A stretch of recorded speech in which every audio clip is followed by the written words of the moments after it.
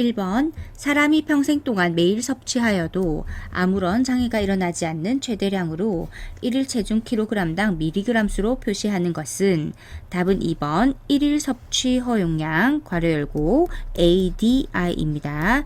ADI는 Acceptable Daily Intake의 약자예요. 허용 가능한 하루의 섭취량이죠. 건강한 사람이 평생 안전하게 섭취할 수 있는 하루 최대량을 의미하는 거예요. 이것은 농약이나 식품 첨가물 등 화학물질의 안전성을 평가할 때 아주 중요한 지표로 사용되고 있습니다. 1일 섭취 허용량 ADI. 2번 바지락 속에 들어있는 독성분은 답은 1번 베네루핀입니다. 자, 우리 동물성 식중독 중에 조개류만 정리를 해볼게요. 자, 모시조개라든지 바지락, 굴 속에 들어있는 독성분이 바로 베네루핀이었죠. 그리고 자, 스스스 했죠. 섭조개는 삭시토신. 대합도 있어요. 자, 삭시토신이죠. 얘네들은 자, 신경마비. 이렇게 외우면 되겠습니다. 시옷. 모시조개 바지락굴. 모시조개 바지락굴은 배에 실었어요. 바다에서 나니까. 자, 모시조개 바지락굴을 싣고 어디 있지? 배에 있네. 베네루핀. 이렇게 배웠었어요. 자, 솔라니는 자, 태양이란 뜻이 있죠? 자, 감자의 녹색이나 쌍남 부위에서 나는 독성분이고요. 무스카린과 아마니타톡신 같은 경우는 독버섯에서 생기는 독성분입니다. 독버섯. 3번 다음 중 잠복기가 가장 짧은 식중독은 자, 잠복기에 대한 문제입니다. 답은 1번 황색포도상구균 식중독입니다. 잠복기가 평균 3시간이에요. 다른 식중독, 기본적으로 우리 식중독은 잠복기가 이제 12시간에서 14시간 정도의 평균을 가지고 있습니다. 그런데 이 항색포도상 구균 식중독은 평균 3시간이 걸린다는 거, 잠복기가 가장 짧다는 거 기억해 주시면 되겠습니다. 첨언을 하면은 황색포도상 구균은 독소형 식중독이에요. 독소형 식중독은 독을 우리가 먹는다고 생각하면 돼요. 독을. 세균이 있는데 세균이 식품 안에서 이 세균이 독을 뿜어내는 거예요. 이 독을 우리가 인테이크 섭취를 하는 거예요. 그래서 먹고 들어가서 우리 몸에서 식중독을 일으킨다고 보시면 되겠어요. 4번 세균 번식이 잘 되는 식품과 가장 거리가 먼 것은 자, 답은 4번입니다. 산이 많은 식품. 나머지 1번과 2번과 3번은 세균 번식이 잘 되는 3대 요건에 해당합니다. 첫 번째, 온도가 적당한 식품. 두 번째, 수분을 함유한 식품. 세 번째, 영양분이 많은 식품. 온도, 수분, 영양분은 미생물 증식의 3대 요건에 해당합니다. 5번 세균성 식중독과 병원성 소화기계 감염병을 비교한 것으로 틀린 것은 답은 2번입니다. 세균성 식중독 2차 감염이 빈번함, 병원성 소화기계 감염병 2차 감염이 없음이라고 되어 있는데 이 부분이 틀렸습니다. 자, 어떻게 고쳐야 되냐면 자, 세균성 식중독은 2차 감염이 빈번함이 아니라 없음. 병원성 소화기계 감염병은 2차 감염이 빈번함. 자, 빈번합니다. 자, 세균성 식중독은 쉽게 말해서 식중독이잖아요. 음식을 잘못 먹고 생기는 병이에요. 식품 매개 질환입니다. 그래서 잘못된 안 좋은 음식을 먹고 소화기가 감염되어서 복통이나 설사를 일으키는 것들을 말하는 것이고, 병원성 소화기계 감염병은 이 병원성이라는 것이 어떤 질환을 일으키는 능력이다. 이렇게 다양한 병원체가 있는데 이 병원체가 소화기계의 문제를 일으킨다 이렇게 생각하시면 돼요. 병원성 소화기계 감염병, 즉 다양한 병원체가 소화기계의 문제를 일으키는 여러 가지 질병들을 통칭해서 가르치는 것이고요. 자, 이 둘을 구분할 때 1번에서 4번을 잘 구분하시면 되겠습니다. 세균성 식중독은 많은 균량으로 발병을 합니다. 그리고 비교적 짧은 잠복기를 가지고 있어요. 또한 2차 감염이 없습니다. 이 음식을 잘못 먹었기 때문에 생긴 거라서 2차 감염이 없기 때문에 식품만 잘 관리하면 되겠죠. 따라서 식품위생법으로 관리하면 되겠습니다. 자, 병원성 소화기계 감염병은 균량이 적어도 발병을 하고요. 세균성 식중독에 비해서 비교적 긴 잠복기를 가지고 있고 2차 감염이 빈번하기 때문에 감염병 예방법으로 관리를 하는 것입니다. 자, 이렇게 비교하시면 되겠습니다. 6번 관능을 만족시키는 식품 첨가물이 아닌 것은 답은 4번 소르빈산. 답은 4번 소르빈산. 자, 관능은 우리의 오감을 만족시키는 그런 감각의 작용을 의미하는 것이고요. 그래서 맛이라든지 색깔이라든지 향을 증진시켜주는 그런 것들이 이제 관능을 만족시키는 식품 첨가물이 되겠습니다. 조미료, 착색료, 착향료 등을 말하는 거죠.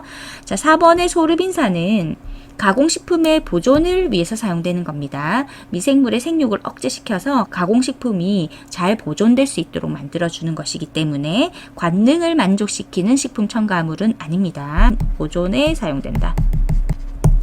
자, 1번에 보시면 동클로로필린 나트륨. 1번의 동클로로필린 나트륨은 이제 수용액이 녹색입니다. 식품에 널리 사용되고요.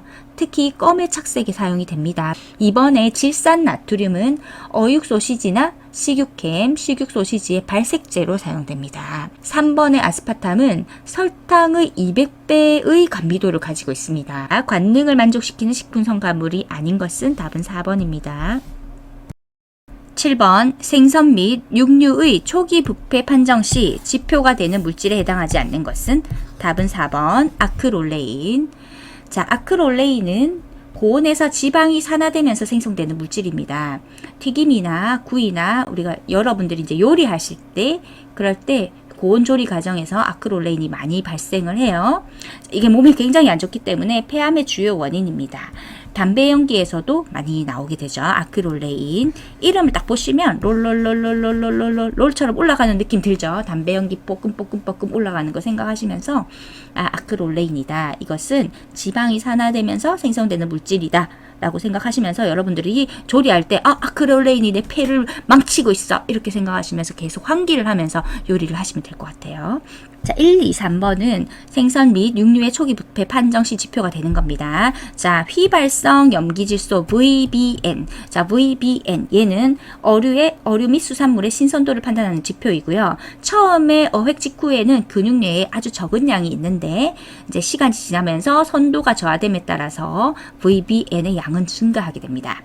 또 이번에 암모니아 딱 봤을 때 느낌 안 좋죠. 자, 초기 부패 단계에서 단백질이 분해되면서 암모니아와 같은 알칼리성 물질이 생성이 되는 거예요. 자, 그리고 트리메틸아민. 자, 트리메틸아민 생선이 물속에서 잘 살아야 되는데 얘가 지금 나무에 걸려 있어.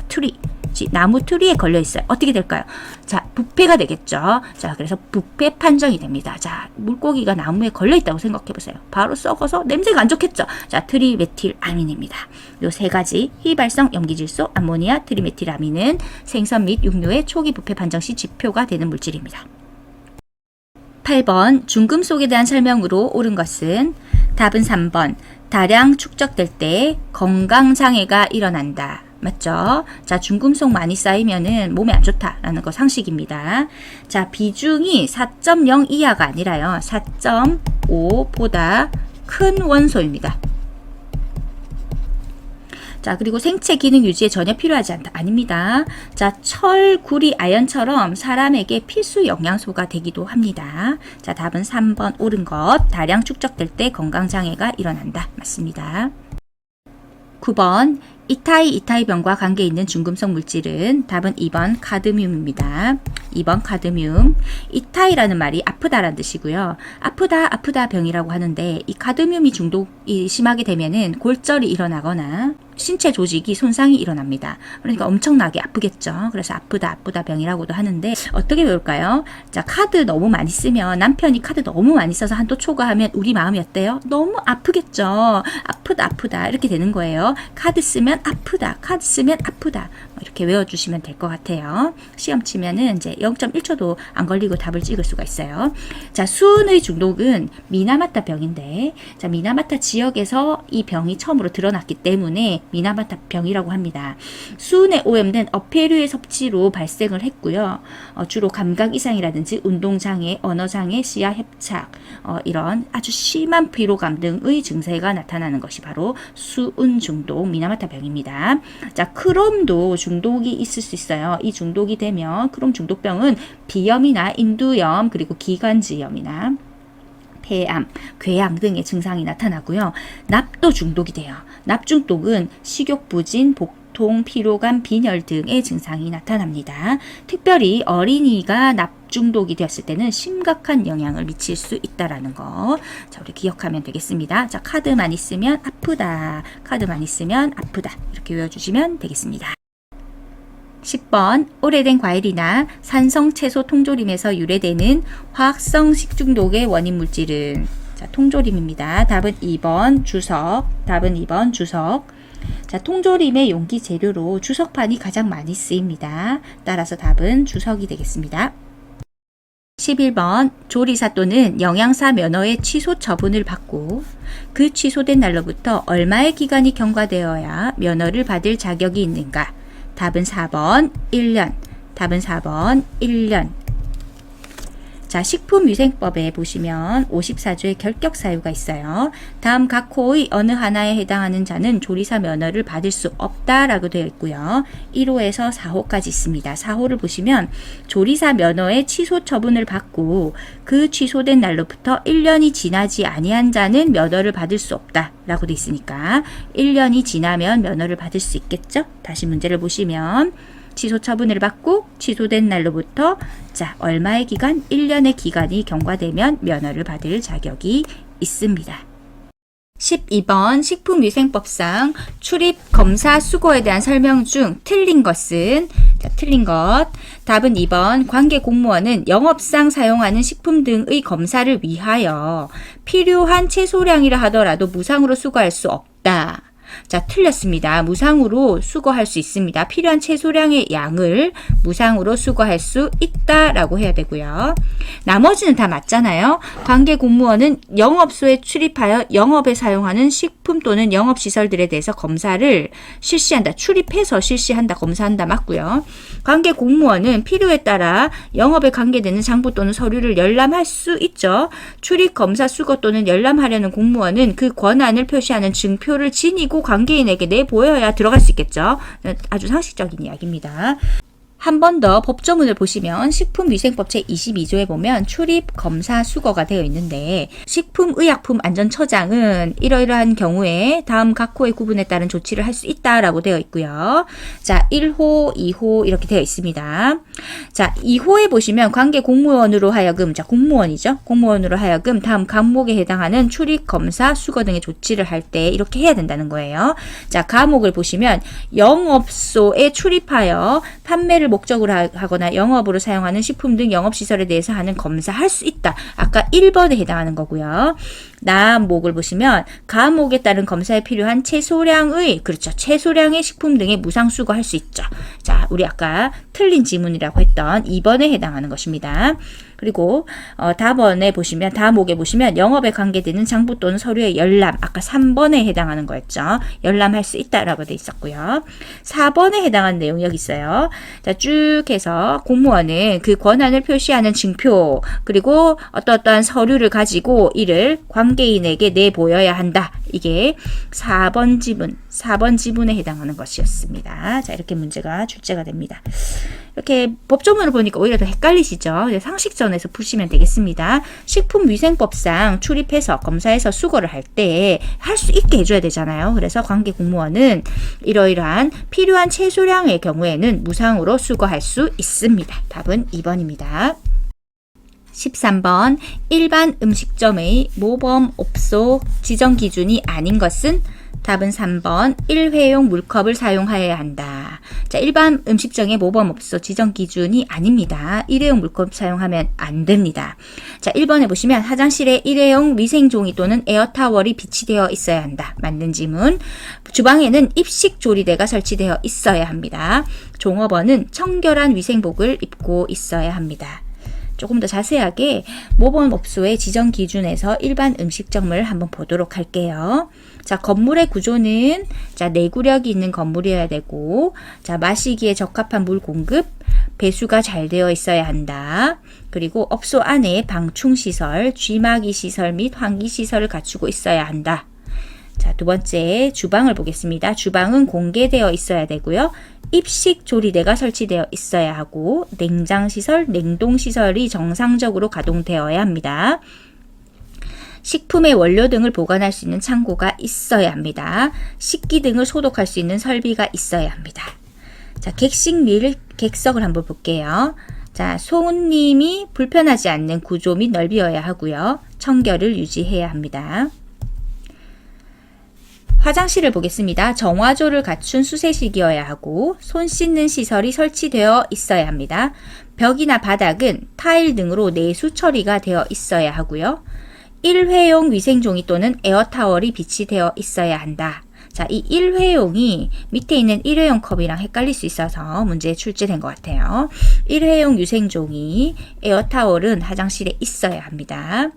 자, 종업원을 보시면 청결한 위생복을 입고 있어야 하고 개인 위생 지키고 있어야 되며 친절하고 예의 바른 태도를 가져야 합니다. 자, 그 밖의 사항을 보시면 우리 문제에 나왔죠. 일회용 컵이나 일회용 숟가락, 일회용 젓가락 등을 사용하지 않아야 합니다.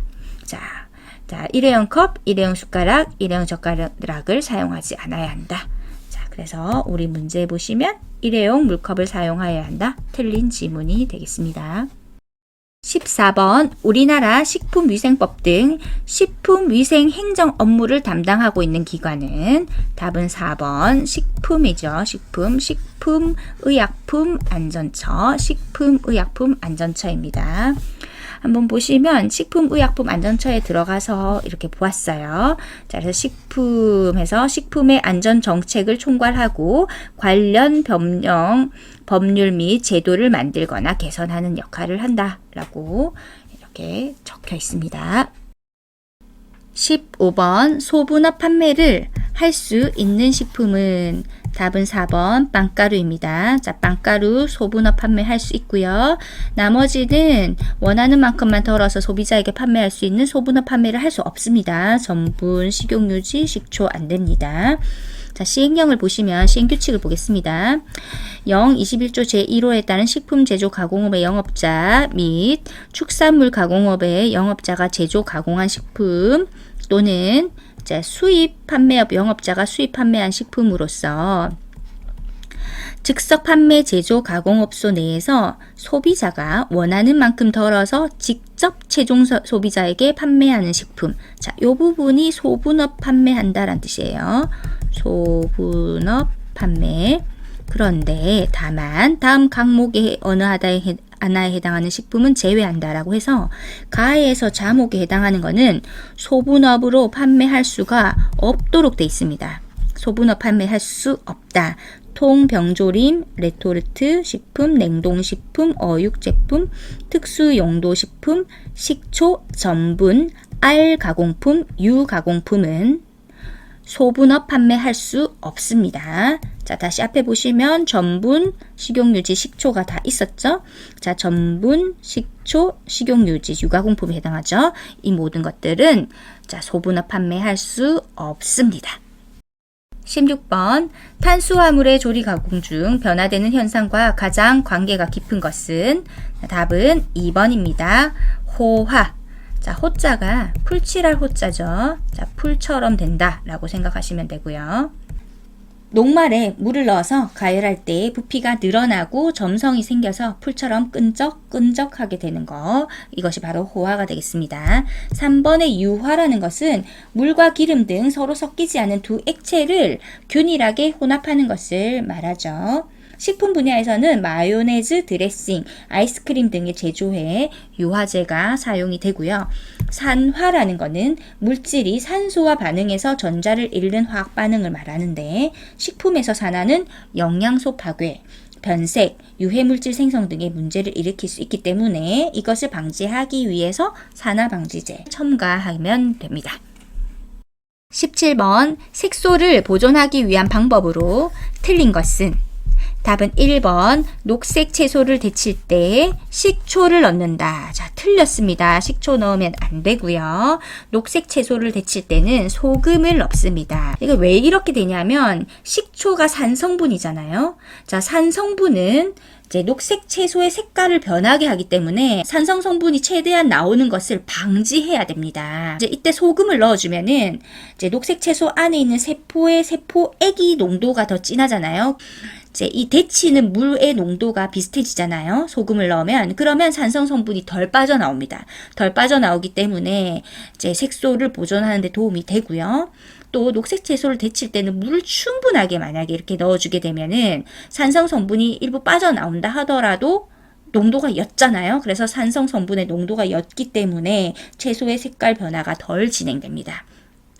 이 똑같은 원리가 3번을 보시면 연근을 졸일 때 식초를 넣는다고 했는데, 자, 이 식초는 색깔을 옅게 하고 색깔을 변색시키는 안 좋은 단점도 있지만은 조직을 단단하게 하는 역할도 해요. 따라서 연근을 졸일 때는 식초를 넣어주면은 연근이 물러지지 않고 단단하게 되죠. 따라서 연근 졸일 때는 식초를 넣는다. 이렇게 하면 되고, 자, 매실지를 담글 때 소엽, 가로 열고 차조기 잎인데 이 차조기 잎이 어떻게 생겼냐면 약간 깻잎같이 생겼는데 색깔은 약간 불그스름해요.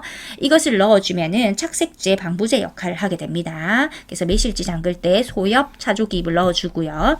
햄 제조 시 칠산칼륨을 넣어주면은 자, 햄의 고유한 색깔 안정화하고 선명하게 유지할 수 있습니다. 또 미생물 성장도 억제하기 때문에 햄의 유통기한도 연장시킬 수 있어요.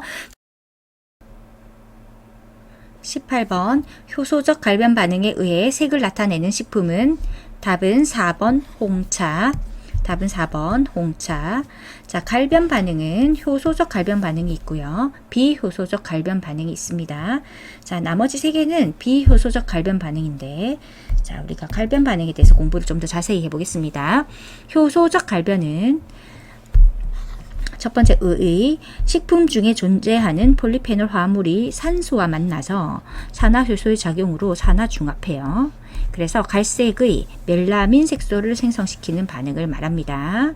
자, 식품 속에 존재하는 폴리페놀 화합물이 산소하고 만나서 멜라민을 형성한다. 이렇게 보시면 되고, 이 반응은 과실이나 야채 등의 식물성 식품이 물리적으로 손상을 받아 공기와 접촉하였을 때 많이 일어납니다. 그리고 수산식품에서 게나 새우 등의 가공 시에 발생하기도 합니다. 자, 효소적 갈변으로 식품 품질이 저하되는 원인이 되는 경우가 많지만 홍차나 코코아, 자두 등 효소적 갈변을 효과적으로 이용하여 품질을 향상시키기도 합니다. 자, 효소적 갈변을 억제하기 위한 방법이 있어요. 첫 번째, 산소 제거. 자, 산소와 만나서 이렇게 반응을 하는 거니까요. 산소를 제거를 하는 거예요. 압축 진공 포장, 질소 충전, 그리고 소금물, 설탕을 침지라는 것은 담근다는 거죠. 그래서 산소하고 이제 분리를 시키는 겁니다. 공기 중 산소와 접촉을 피하게 하는 거예요. 자, 이렇게 하면 갈변이 막아지죠. 그리고 기질 제거. 기질이라는 것이 자, 우리 화학적으로는 효소와 반응하는 분자를 의미합니다. 이 효소와 반응하는 분자 자체를 제거할 수는 없죠. 기본적으로는 없지만 고구마를 생각해 보면 고구마는 기질이 대부분 껍질에 있어요. 그래서 이 껍질을 벗기고 물에 담가서 갈변을 억제합니다. 자, 세 번째, 효소의 활성 억제. 자, 끓는 물에 데치는 것으로 효소를 불활성화시키고 효소의 최종 요건을 비합니다. 그리고 온도를 저하시키거나 또는 산도 조절을 해서 효소를 활성화하는 것을 억제시킬 수가 있습니다. 세 번째, 자, 산화되는 것을 반대로 하는 거죠. 이거 환원된다고 하죠. 환원제를 사용합니다. 비타민 C와 같은 환원제를 첨가하여서 항산화제잖아요. 항산화제를 첨가해서 갈변을 억제시킵니다. 그런데 이 비타민 C도 자, 어쩔 수 없이 이렇게 시간 지나면서 계속 산화가 되죠. 그래서 비가역적인 형태의 산화형이 되면 그 자체가 갈변 반응에 들어가는 거예요. 자, 이 비타민 C가 시간이 지나거나 여러 가지 요건상 비가역적인 형태로 산화가 되는 것, 이거는 비효소적 갈변에서 나옵니다. 자, 비효소적 갈변은 효소작용을 받지 않고요. 식품에 함유된 성분이나 성분의 상호작용에 의해서 갈변되는 현상을 비효소적 갈변이라고 합니다. 비효소적 갈변의 대표적인 종류가 세 가지가 있어요. 첫 번째, 마이야르 반응. 식품의 비효소적 갈변의 대표적인 것이에요. 당류의 카르보닐기하고 단백질의 아미노산기가 가열에 의해서 반응을 합니다. 그러면 갈색 물질이 생성이 돼요. 그리고 이것은 자연적으로 생성되는 것이 특징입니다. 단백질과 탄수화물이 공존하는 대부분의 식품에서 일어나는 갈색화 반응이고, 마이야르 반응은 식품의 색과 맛과 냄새 등을 향상시키지만은 리신과 같은 필수 아미노산의 파괴를 가져오기도 합니다. 자, 간장, 된장, 빵, 과자, 커피 등에서 볼 수 있는 그 독특한 향과 색깔, 이것은 마이야르 반응으로 일어나는 갈변입니다. 두 번째 비효소적 갈변의 종류로 두 번째입니다. 캐러멜화 반응이라고도 해요. 당류를 가열을 하면 녹는 점에서 녹기 시작하고 그 이상의 온도에 들어가게 되면은 점성이 있는 갈색 물질이 생성이 됩니다. 당의 함량이 많은 식품의 조리, 사탕 가공 중에 흔히 일어나고 색과 풍미에 영향을 줍니다. 이러한 캐러멜화 반응에 의한 색은 약식, 캐러멜, 과자류, 푸딩, 아이스크림 등의 착색제로 이용되기도 하죠. 세 번째, 아스코르브산의 산화 반응입니다. 자, 아스코르브산은 다른 말로 비타민 C입니다. 아스코르브산, 비타민 C는 모든 과실류와 채소류에 존재하고요. 비타민 C는 그 자체가 환원력을 지닌 황산화제입니다. 그러나 식품 중에 아스코르브산이 비가역적으로 산화가 되면은 기능을 상실하고 갈변 반응의 산화 과정이 일어나게 됩니다. 비타민 C 함량이 높은 감귤류 주스, 오렌지 분말 등에서 제품의 질을 저하시키는 원인이 됩니다. 자, 아까 앞에 문제를 다시 보시면은, 자, 분말 오렌지 같은 경우는 아스코르브산의 산화 과정, 산화 반응에 의한 비효소적 갈변 반응이었고요. 간장은 마이야르 반응, 캐러멜은 캐러멜화 반응에 의한 비효소적 갈변 반응입니다. 19번, 단맛 성분에 소량의 짠맛 성분을 혼합할 때 단맛이 증가하는 현상은, 자, 어떤 맛이 더 증가하는 거예요. 자, 이런 것은 4번 맛의 대비 현상입니다. 맛의 대비 현상은 서로 다른 두 가지 맛이 작용해서 주된 맛 성분이 강해지는 거예요.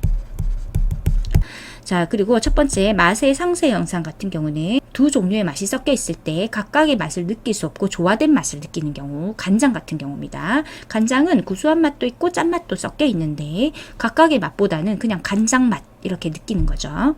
자, 두 번째 맛의 억제 현상은 대비 현상과 반대죠.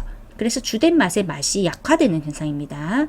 자, 맛의 변조 현상은 한 가지 맛을 느낀 직후에 다른 맛을 보면 원래 식품 맛이 아주 다르게 느껴지는 현상이죠. 20번, 브로멜린이 함유되어 있어 고기를 연화시키는 데 이용되는 과일은? 답은 2번 파인애플. 자, 브로멜린이라는 것은 단백질 분해 효소입니다. 자, 이 단백질을 작은 분자로 분해하는 역할을 해주기 때문에 파인애플을 고기와 함께 조리하면은 브로멜린이 고기 섬유를 분해하기 때문에 부드러운 질감을 만들어낼 수가 있어요. Hey bro, I'm fine apple. 자, 어떻습니까? 성격이 엄청 연한 사람이죠. 고기를 연화시킵니다. Hey bro, I'm fine apple. 고기를 연화시키는 연화 작용을 합니다. 21번, 지방의 경화에 대한 설명으로 옳은 것은? 답은 2번 불포화 지방산에 수소를 첨가하는 것이다. 답은 2번 불포화 지방산에 수소를 첨가하는 것이다. 불포화 지방산에 수소를 첨가하면 녹는 점이 높아집니다. 따라서 액체 기름이 고체 지방으로 돼요. 액체인 지방이 고체화되는 것을 트랜스 지방이라고 부릅니다. 경화를 하면은 맛과 향이 우수하고 취급이 용이해지죠. 자, 경화유는 마가린이나 쇼트닝 제조에 이용이 됩니다. 불포화 지방산에 수소를 첨가하는 것, 지방의 경화입니다. 22번, 어류의 염장법 중 건염법, 마른 간법에 대한 설명 중 틀린 것은? 답은 3번 선도가 낮은 어류로 염장을 할 경우 생산량이 증가한다. 틀렸습니다. 선도가 높은 어류로 염장을 해야 생산량이 증가하게 되겠습니다. 자, 건염법이고요. 마른 간법이라는 것 자체가 소금을 직접 뿌려서 염장을 하는 것이고요. 반대는 물간법이 있습니다. 물간법은 소금, 물을 이용해서 염장을 하는 거예요. 자, 그래서 나머지 세 가지는 건염법에 대한 설명으로 맞는 거죠. 식염의 침투가 빠르다. 맞죠? 자, 소금을 직접 뿌리니까. 품질이 균일하지 못하다. 맞습니다. 지방질의 산화로 변색이 쉽게 일어납니다. 자, 표면에서 공기 중에 노출되어 있기 때문에 산화가 잘 일어나게 되겠습니다. 23번 대두를 구성하는 콩 단백질의 주 성분은 답은 4번 글리시닌, 답은 4번 글리시닌. 글리시닌은 대두에 함유된 주요한 단백질로서 전체의 90% 차지합니다. 자, 대두는 머리가 큰 사람을 보통 대두라고 하죠. 자, 머리가 커서 자꾸 걸려, 어디에 걸리니까 걸려서 기분이 안 좋아. 글리시닌입니다. 자, 글리시닌. 자, 너무 말도 안 되지만 한번 이렇게 놓으면 기억이 나죠. 대두를 구성하는 콩 단백질의 주성분은 머리가 자꾸 글리시닌입니다. 자, 답은 4번 글리시닌. 24번 간장, 다시마 등의 감칠맛을 내는 주된 아미노산은 답은 2번 글루탐산. 답은 2번 글루탐산. 글루탐산은 감칠맛을 내는 주요 성분이고요. 신경 전달 물질 역할을 해주는 비필수 아미노산에 해당합니다. 1번의 알라닌은 단백질 합성을 촉진해주고 근육 조직을 보호하는 데 사용되면서 에너지 공급원으로서도 중요한 역할을 하는 비필수 아미노산에 해당합니다. 3번의 리신 같은 경우는요, 단백질 합성이 필수적이면서 면역력을 증진시켜주고 콜레스테롤 저하에 도움을 주는 필수 아미노산에 해당하고요. 트레오닌은 단백질 합성과 지방 대사에 관여하면서 면역 기능 향상에 기여를 하는 필수 아미노산에 해당합니다. 자, 감칠맛이 포인트죠. 감칠맛을 내는 주된 아미노산은 글루탐산입니다. 글루탐산. 열에 의해 가장 쉽게 파괴되는 비타민은 답은 1번 비타민C. 답은 1번 비타민C. 26번 가열에 의해 고유의 냄새 성분이 생성되지 않는 것은 답은 4번 포도주. 포도주는 가열이 아니라 발효 과정에서 고유의 냄새 성분이 형성됩니다. 자, 나머지 장어구이와 스테이크, 커피는 가열에 의해서 고유의 냄새 성분이 형성됩니다. 27번 연제품 제조에서 탄력성을 주기 위해 꼭 첨가해야 하는 것은 답은 1번 소금입니다. 답은 1번 소금. 연제품은 어육에 소금을 넣고 갈아서 맛과 향을 내는 부원료를 첨가하고 가열해서 탄력 있는 겔로 만든 제품입니다. 쉽게 말해서 어묵을 생각하시면 돼요. 가공원리는 어육에다가 2에서 3% 정도의 소금을 쳐서 고기 가리를 하면 근원섬유 단백질이 녹아져서 나옵니다. 그러면 그것이 점질성이 있는 조레 형태가 되고 이 조레 상태를 다시 가열해서 탄력 있는 겔 상태로 만들게 되죠. 이게 바로 연제품이 되는 거예요. 아까 근원섬유 단백질이라고 했는데 근원섬유 단백질이 이제 녹아져 나온다 했잖아요. 이 근원섬유 단백질은 물에는 녹지는 않지만 소금 용액에 녹아서 단백질 겔을 만드는데 중요한 역할을 합니다. 따라서 연제품 제조에서는 소금을 꼭 첨가해야 되겠습니다. 28번 어떤 단백질의 질소 함량이 18%라면 이 단백질의 질소 계수는 약 얼마인가?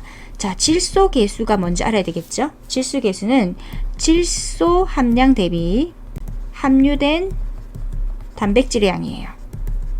그러면 질소는 얼마만큼 들었고 단백질은 얼마만큼 들었느냐. 자, 18%가 지금 질소 함량이라고 했잖아요. 어떤 단백질이 있는데 그 안에 질소는 18%다 이 말이죠. 그러면 자, 단백질이 100이라고 기준을 두었을 때 18이라는 거예요. 그리고 이 퍼센트는 곱하기 100을 의미하는 거니까 이렇게 되는 거죠. 그래서 요 분수를 보시면 단백질이 100일 때 질소가 18이란 말이죠. 자, 마찬가지 질소 계수는 이 상태에서 질소 계수는 질소 함량 대비 자, 질소 함량 대비 함유된 단백질의 양 100이잖아요. 요걸 분수로 고치면 18분의 100이 되겠죠. 자, 18분의 100은 약 이제 5.56이 됩니다. 5.5555 이렇게 하면서 순환 소수로 이뤄지니까 약 5.56이 되겠습니다. 29번 뇌가당은 어떤 성분으로 구성되어 있는가? 답은 1번 포도당 2분자가 결합된 것. 답은 1번 포도당 2분자가 결합된 것.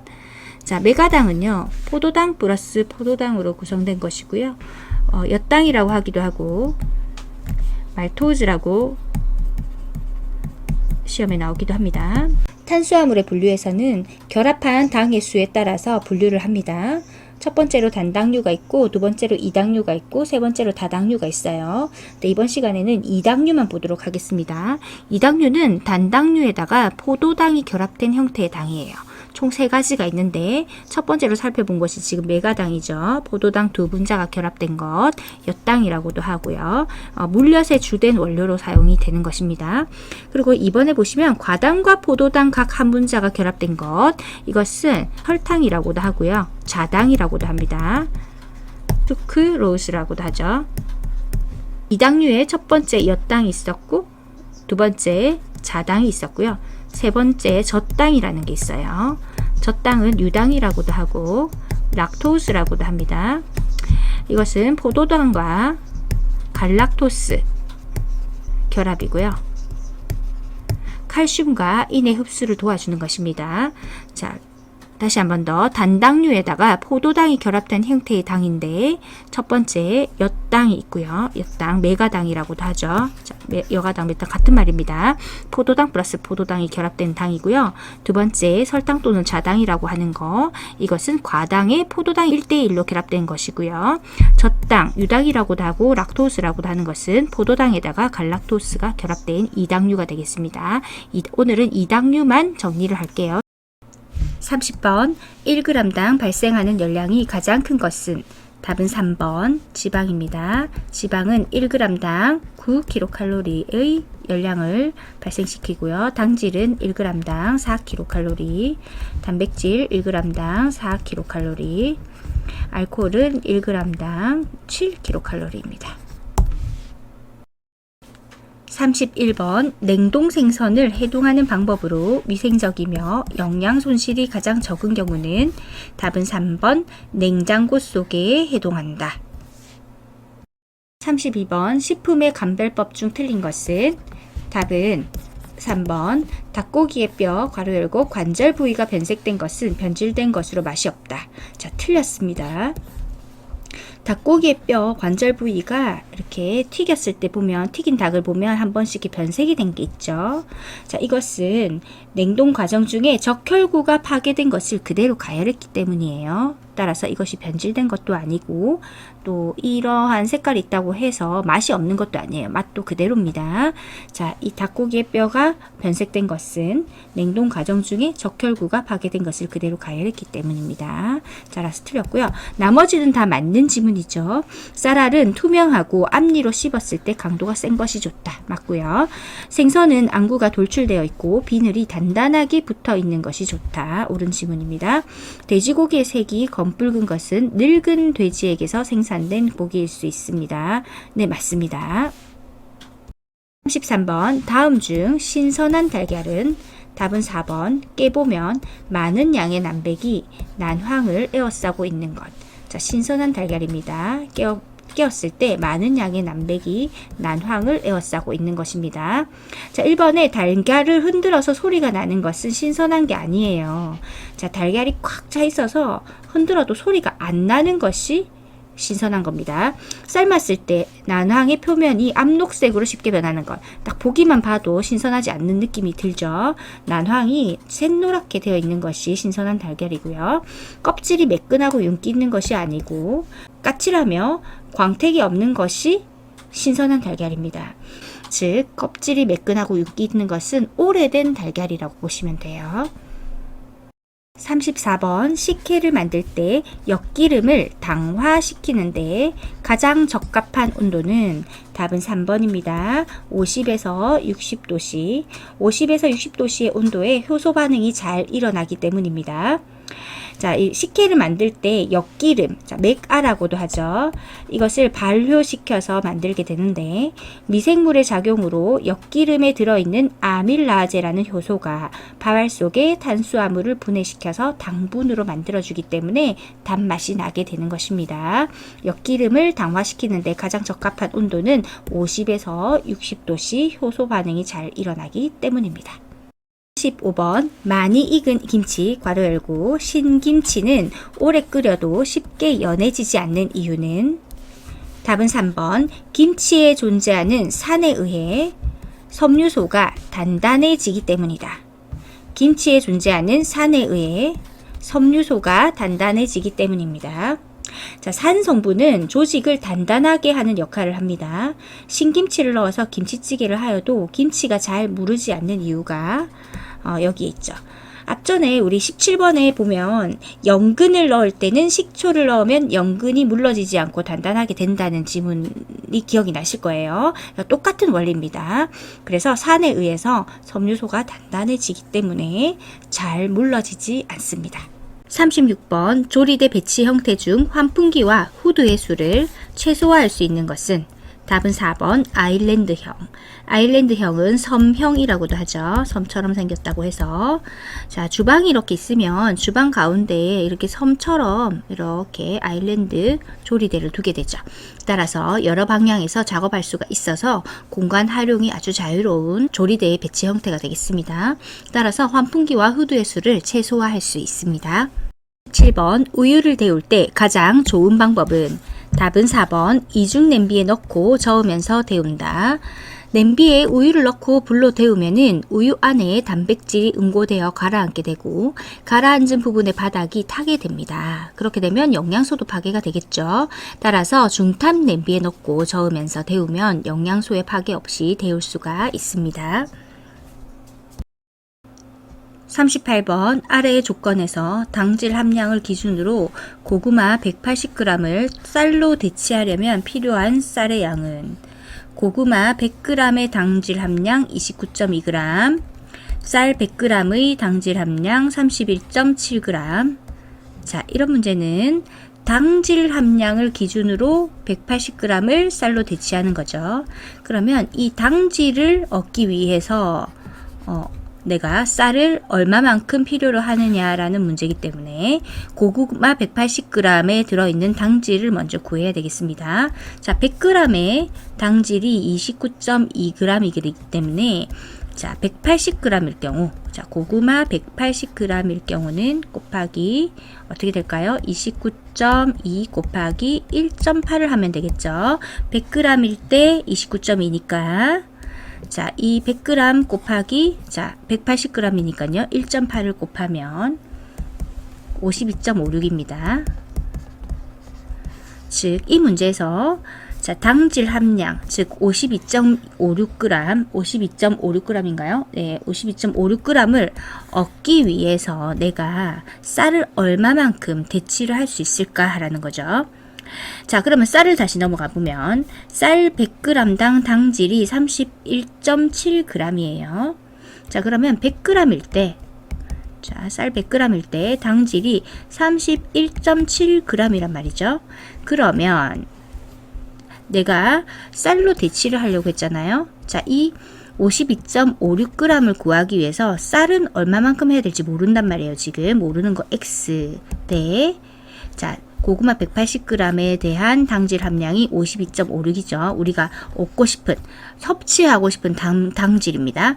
얻고 싶은 당질이 52.56이죠. 그때 필요한 쌀이 몇 g이냐는 거죠. 자, 그러면 100대 31.7은 X대 52.56이니까 X는 31.7 분의 52.56 곱하기 100이 되겠습니다. 자, 따라서 계산을 해보면 약 165.8g이 됩니다. 자, 이런 문제는 소수점 숫자를 좀 빼고 계산을 해도 돼요. 그래서 29.2를 약 30으로 두고 계산을 해도 괜찮을 것 같아요. 그러면은 52.56이 아니고 약 54 정도 되거든요. 그래서 54에서 31.7을 32라고 계산을 하고 54 나누기 32를 하면 1.66 얼마 나온단 말이죠. 그래서 여기에 100을 곱하면 이제 1에 가깝게 되는 거예요. 자, 계산이 약간 이제 165와 170 사이에서 이제 나오게 될 텐데 보시고 문제를 약간 어림해서 풀어야 되겠다 싶으면 어림하셔도 되고, 이게 너무 이제 조밀조밀 해가지고 어림해가지고는 계산이 틀리겠다 싶으면 깔끔하게 정확하게 이렇게 소수점까지 다 계산을 하시는 게 좋겠습니다. 39번 아래의 보기 중 단체 급식 조리장을 신축할 때 우선적으로 고려할 사항 순으로 배열된 것은 가, 위생, 나, 경제, 다 등 능률. 자, 어떤 순으로 배열해야 좋을까요? 답은 3번 가, 다, 나입니다. 순서대로 보면 첫 번째 위생입니다. 자, 그 다음 고려해야 될 것은 두 번째 능률입니다. 세 번째 경제. 자, 다시 한번 고려할 사항순을 보겠습니다. 단체 급식 조리장을 신축할 때 우선적으로 고려해야 할 사항 순서로 다시 보겠습니다. 첫 번째 위생, 그리고 위생 다음 능률, 그 다음 경제입니다. 위생 다음 능률 다음 경제. 답은 3번.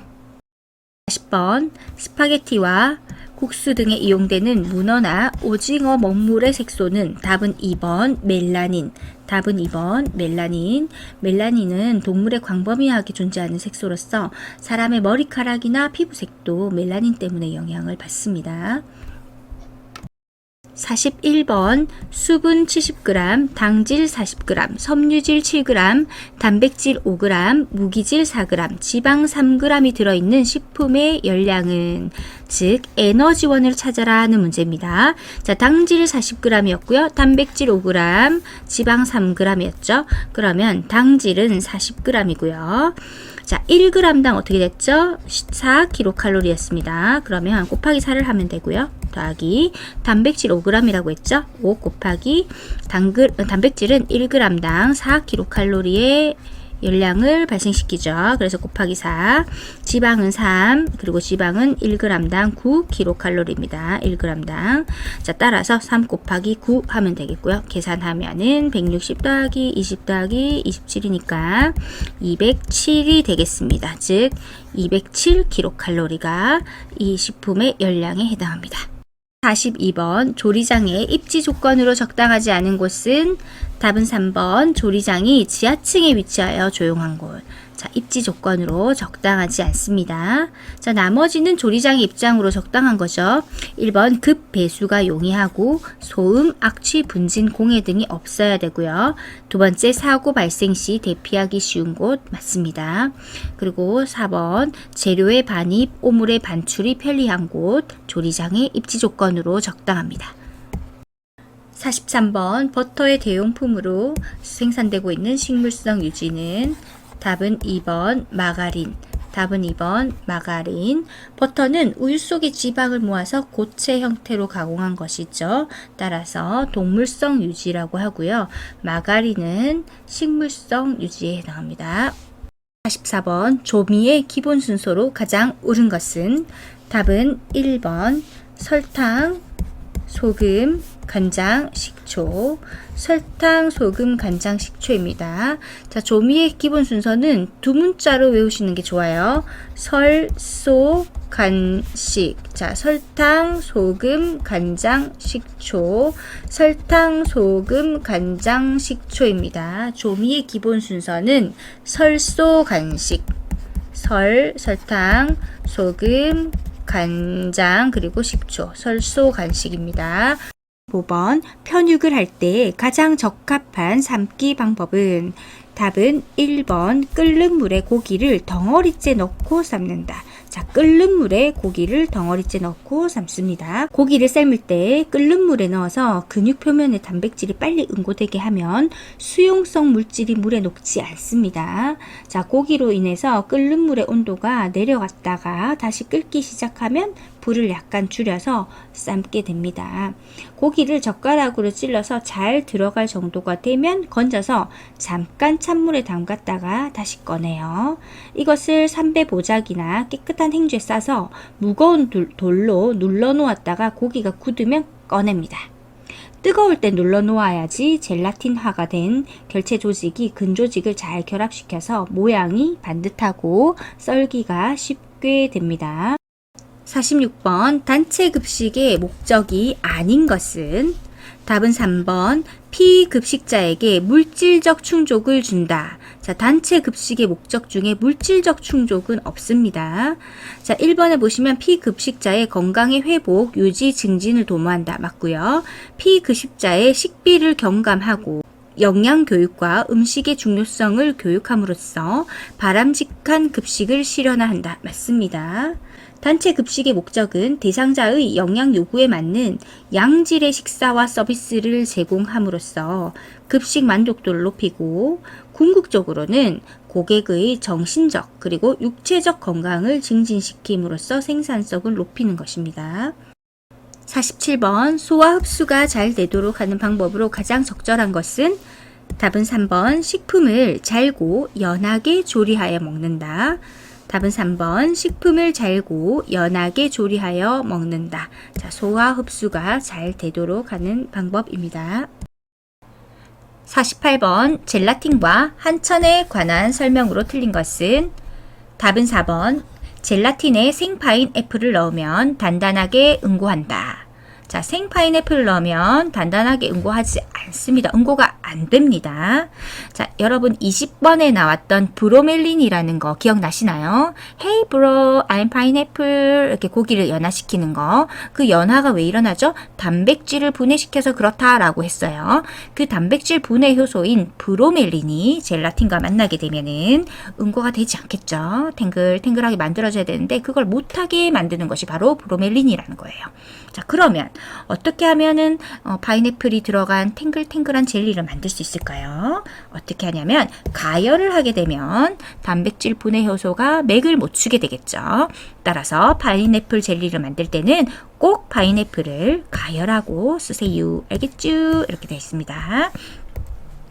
자, 다른 지문을 보겠습니다. 한천은 보통 28에서 35도씨에서 응고되는데 온도가 낮을수록 빨리 굳는다. 맞고요. 한천은 식물성 근원입니다. 맞습니다. 해조류 등에서 뽑아내는 것이고요. 우리 젤라틴 같은 경우는 돼지나 소와 같은 동물의 뼈 등에서 뽑아내는 것이기 때문에 동물성 단백질 덩어리다 라고 생각하시면 되겠습니다. 젤라틴은 젤리나 양과자, 푸딩 같은 거 이런 거 만들 때 응고제로 쓰인다 라고 하시면 되고, 자, 한천은 양갱을 만들 때 넣어서 쓰는 것입니다. 49번 밀가루 반죽 시 넣는 첨가물에 관한 설명으로 옳은 것은 답은 1번 유지는 글루텐 구조 형성을 방해하여 반죽을 부드럽게 한다. 자, 맞는 지문입니다. 자, 글루텐 구조 형성에 대해서 공부를 하면 밀가루 안에 포함된 글루텐 단백질은 반죽을 하게 되면은 서로 엉겨 붙어서 탄력 있는 망목 구조를 형성합니다. 이 글루텐의 망목 구조가 반죽의 탄력성을 부여해서 음식의 부피와 조직감을 결정을 해줘요. 그런데 이 유지는, 자, 유지가 버터나 마가린 같은 거죠. 이런 것들을 넣게 되면 글루텐 단백질 사이에 끼어들어서 망목 구조 형성을 방해하기 때문에 반죽이 부드러워지고 탄력성이 감소하게 됩니다. 자, 따라서 글루텐 구조 형성을 도와준다 라는 측면이 있고 방해한다 한다는 측면이 있죠. 자, 도와주는 것들은 소금이라든지 달걀, 그리고 우유, 물 등이 있고요. 방해하는 것은 아까 말했던 유지와 그리고 설탕이 있어요. 자, 다시 다른 답을 보면 소금은 어떻게 됐죠? 점탄성을 떨어뜨리는 게 아니고 증가시키죠. 설탕은 질기고 단단하게 하는 것이 아니라 반죽을 부드럽게 해야 되겠고, 달걀은 어떻게 되죠? 부드러워지는 것이 아니고 점탄성을 올려주고 그리고 반죽을 질기고 단단하게 한다. 이런 표현이 맞겠습니다. 자, 글루텐 구조 형성을 도와주는 것과 방해하는 것 잘 구분해서 공부해 두시면 좋겠습니다. 50번 원가 계산의 목적으로 옳지 않는 것은 답은 3번 경영 손실을 제품 가격에서 만회하기 위해서. 자, 이것은 원가 계산의 목적이 아닙니다. 원가 계산의 목적은 크게 가격 결정이 있고요. 원가 관리, 예산 편성, 재무제표 작성이 있습니다. 자, 보시면 원가의 절감 방안을 모색하기 위해서, 자, 원가 관리에 해당하는 것이고요. 제품의 판매 가격을 결정하기 위해서 가격 결정에 해당하는 것이죠. 예산 편성의 기초 자료로 활용하기 위해서 예산 편성에 관련된 것입니다. 51번 다음의 상수 처리 과정에서 가장 마지막 단계는 답은 1번 급수입니다. 자, 상수 처리 과정은 첫 번째 취수, 두 번째 도수, 세 번째 정수, 급수 단계인데 취수란 말은 우리가 먹을 수 있는 물을 취합하는 단계, 모으는 단계를 말을 하는 것이고요. 도수라는 것을 정수장까지 이것을 이동해 주는 것, 보내주는 것을 말하고 정수는 그 취수한 그 물을 우리가 그대로 먹을 수가 없기 때문에 뭐 역과 살균 처리해가지고 이렇게 이제 만드는 그 과정이죠. 정수기라고 하잖아요. 우리 정수 과정. 그리고 이 정수한 물을 가정이나 또 소요지에 공급하는 과정, 그 배수하는 과정, 이것이 바로 급수라고 하는 겁니다. 13번 공중보건학의 목표에 관한 설명으로 틀린 것은 답은 3번 질병치료. 자, 틀렸습니다. 공중보건학의 목표는 보건교육을 하고 전염병을 관리하고 보건행정 등 우리 사회를 전염병으로 보호하고 예방하는 역할입니다. 따라서 지문에 감염병 치료, 이미 걸린 것을 치료하는 것, 이런 것들은 답이 되지 않습니다. 1번의 건강유지 맞고요. 질병 예방, 지역사회 보건수준 향상, 예방적인 의미가 있죠. 이런 부분이 답이 되겠습니다. 공중보건학의 목표, 질병치료라든지 감염병 치료는 답이 해당되지 않습니다. 54번 생균을 사용하는 예방접종으로 면역이 되는 질병은 답은 3번 폴리오입니다. 자, 예방접종을 할 때 쓰는 백신 있죠. 백신이 두 가지가 있습니다. 생균 백신이 있고 사균 백신이 있습니다. 생균 백신은 말 그대로 살아있는 거예요. 감염병 예방을 목적으로 미생물을 산채로 만든 백신 체제고요.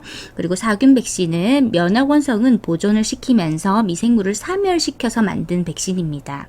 이 생균 백신은 크게 세균성 백신이 있고 그리고 바이러스성 백신이 있습니다. 세균성 백신은 결핵을 막는 BCG 백신이 있고요. 바이러스성 백신은 폴리오, 홍역, 풍진, 이하선염, 두창 등이 있습니다. 사균 백신은 아까 말씀드렸다시피 미생물을 사멸시키는 거죠. 자, 종류로는 백일해, 콜레라, 파상풍, 그리고 발진티푸스, 디프테리아, 비형 감염 등을 예를 들 수가 있습니다. 자, 따라서 1번의 파상풍과 콜레라와 백일해는 사균 백신이고 폴리오는 생균 백신에 해당합니다. 55번 돼지고기를 날 것으로 먹거나 불안전하게 가열하여 섭취할 때 감염될 수 있는 기생충은 답은 1번 유구조충입니다. 자, 앞이 갈고리 같은 모양으로 이렇게 생겼고요. 무구조충은 소고기로 섭취할 때 감염될 수 있는 기생충에 해당합니다. 56번 소음의 측정 단위는 답은 1번 데시벨. 답은 1번 데시벨. 자, 3번의 A에 위에 이렇게 동그라미 얹은 것과 같은 것은 옹스트롬입니다. 옹스트롬은 0.1 나노메타에 해당하는 길이고요. 원자의 하나의 지름과 그 척도가 비슷하기 때문에 미시세계를 다룰 때 많이 사용하는 단위가 되겠습니다. 57번 인수 공통 감염병으로 그 병원체가 세균인 것은 답은 4번 결핵입니다. 답은 4번 결핵. 자, 인수 공통 감염병은 동물과 사람 사이에 전파될 수 있는 감염병으로서 동물로부터 사람에게 이동할 수도 있고 사람에게서 동물로부터 전파될 수도 있는 그런 감염병을 말하는 것입니다. 자, 인수 공통 감염병. 자, 그 중에서 병원체가 세균인 것이 결핵인 것이고요. 자, 공수병과 광견병은 이제 동전의 양면처럼 다른 면인데, 자, 광견병에 걸린 개나 이런 것들로부터 우리가 병에 걸리게 되면, 사람이 걸리게 되면 그것을 공수병이라고 하는 거예요. 대표적인 인수 공통 감염병으로서 유명한 광견병이나 공수병은 병원체가 바이러스입니다. 58번 음식물이나 식수에 오염되어 경구적으로 침입되는 감염병이 아닌 것은, 자, 경구적 입을 통하여서 침입되는 감염병이 아닌 것. 답은 1번 유행성 이하선염, 다른 말로 볼거리입니다. 자, 이 볼거리 유행성 이하선염은 바이러스에 의해서 생기는 유행성 전염병입니다. 이하선이란 말 자체가 귀 밑에 샘이 있는데요. 귀 밑샘이란 뜻입니다. 귀 밑샘이 있는데 그 중에서 가장 큰 부분이 통통 붓고 엄청나게 큰 아픔을 유발하는 특징이 있습니다. 자, 이것은 바이러스에 의한 감염입니다. 파라티푸스나 폴리오, 세균성 이질은 자, 음식물 식수에 오염돼서 경구적으로 입을 통해서 침입되는 감염병에 해당합니다. 59번 적외선에 속하는 파장은 답은 4번 800나노미터, 답은 4번 800나노미터. 그림을 보시면 가시광선이 있고요. 자, 빨간색 외쪽 적외선 쪽이 파장이 긴 쪽이고요. 자, 보라색 외쪽 자외선 쪽이 자, 어떻게 되죠? 파장이 짧은 쪽에 해당합니다. 답은 4번입니다. 60번 매개곤충과 질병이 잘못 연결된 것은 자, 답은 4번 벼룩과 렙토스피라증 이렇게 되어 있는데 렙토스피라증은 렙토스피라균에 의해서 감염이 됩니다. 이 세균은 쥐나 야생동물이 먼저 감염되고 오줌이나 분변에 의해서 균이 퍼집니다. 자, 벼룩이 아니고요. 렙토스피라균에 의해서 감염이 됩니다. 나머지는 잘 연결되었죠. 이는 발진티푸스, 쥐벼룩은 패스트, 모기는 사상충증 있습니다. 그래서 질병이 잘못 연결된 것 답은 4번입니다. 자, 벼룩 아니고요. 렙토스피라균입니다. 자, 60번까지 모두 열심히 공부하시느라고 정말 수고 많으셨습니다.